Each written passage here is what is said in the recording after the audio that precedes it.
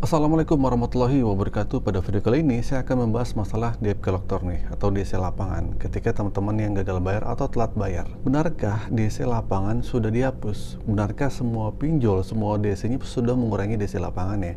Seperti infonya nih, katanya pinjol Julo, Indonana, sama Shopee sudah dihapus DC-nya. Terus faktanya juga nih, banyak teman-teman yang telah gagal bayar lebih dari 1 tahun di 3 pinjol ini, belum ada DC lapangan yang datang untuk menagih. Dan cerita ini banyak dari teman-teman yang pengalaman yang telah gagal bayar di 3 aplikasi ini. Lantas apakah kita akan berpikir apakah DC lapangannya benar-benar akan berkurang?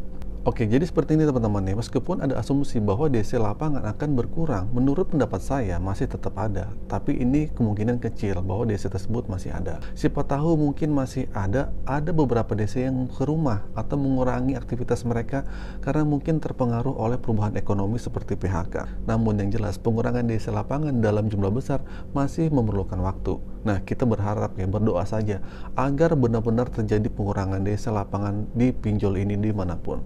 Ini karena banyak teman-teman yang di luar sana yang takut akan DC lapangan yang akan datang ke rumah nih. Nah, mungkin kekhawatiran ini membuat orang-orang yang gagal bayar tidak bisa tenang dan sulit fokus untuk pada pekerjaannya, kehidupannya. Banyak juga yang merasakan hidupnya jadi nggak semangat lagi, takut, gelisah, stres, dan depresi. Nah, dengan berita ini, dengan keadaan seperti ini, mungkin kalian mendengarnya akan merasa lebih tenang ya. Jadi, mungkin akan lebih fokus lagi nih. Jadi, kalian juga bisa mengalihkan rasa stres ini, mungkin bisa dengan mencari pekerjaan tambahan atau rezeki yang halal untuk menabung lagi dan berusaha melunasi utang-utangnya kalau ada uang. Teman-teman, saya ingin mengingatkan kembali ya, bahwa DC tidak perlu kalian takuti. Mereka itu sama kayak kita, orang biasa, dan mereka itu cuma menjalankan pekerjaannya. Terkadang saat ini kita mendiskusikan masalah ini terkesan gampang ya, atau enak diucapin, tetapi pada prakteknya ini bisa menjadi hal yang sulit. Saya pernah mengalami sendiri, saya pernah gagal bayar di beberapa aplikasi, dan ini jujur emang bikin stres dan pusing. Jadi saya tahu perasaan kalian. Saya juga memikirkan bagaimana menghadapi DC saat itu.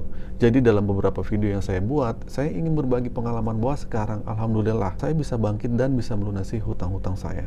Saya juga berharap dan berdoa ya, semoga teman-teman yang sedang mengalami terlilit hutang juga bisa terlepas dari jelatan pinjol ini. Dan semoga suatu saat nanti teman-teman bisa terbebas dari utang-utang dari pinjol ini, karena rezeki yang diberikan dari Allah atau Tuhan kita. Kembali ke masalah DC dan utang pinjol, yang perlu diperhatikan adalah bagaimana kita mengendalikan diri kita sendiri. Apa yang kita yakini, fokus, dan apa yang kita takuti adalah hal-hal yang bisa kita kendalikan. Nah, bagaimana cara agar kita tidak merasa takut dan terlalu khawatir?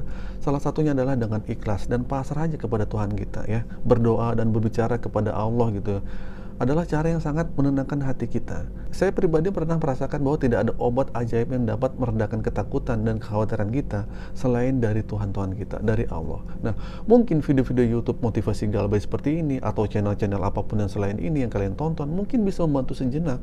Namun seringkali hanya bertahan selama 1 atau 2 jam, sehari 2 hari, kemudian merasa down lagi kalau kalian diteror-teror lagi sama DC-DC pinjol. Saya ingin mengajak teman-teman untuk berbicara tentang perasaan ini ya. Setelah menonton video-video seperti ini, apakah ada yang merasa lebih tenang? Hanya kemudian merasa gelisah setelah 1-2 jam? Silahkan kalian tulis di kolom komentarnya. Nah, satu-satunya jalan adalah kita berserah diri kepada Tuhan yang Maha Kuasa, Tuhan yang Maha Esa. Ini adalah cara yang paling efektif untuk menguatkan mental dan pikiran kita.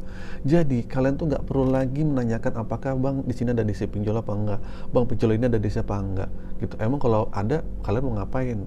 Kalian tuh nggak usah nyari-nyari DC pinjol, cuman DC pinjol yang cari kalian, ya, karena itu akan membuang-buang energi kalian. Terima aja kenyataan hidup kalian dan hadapi resikonya.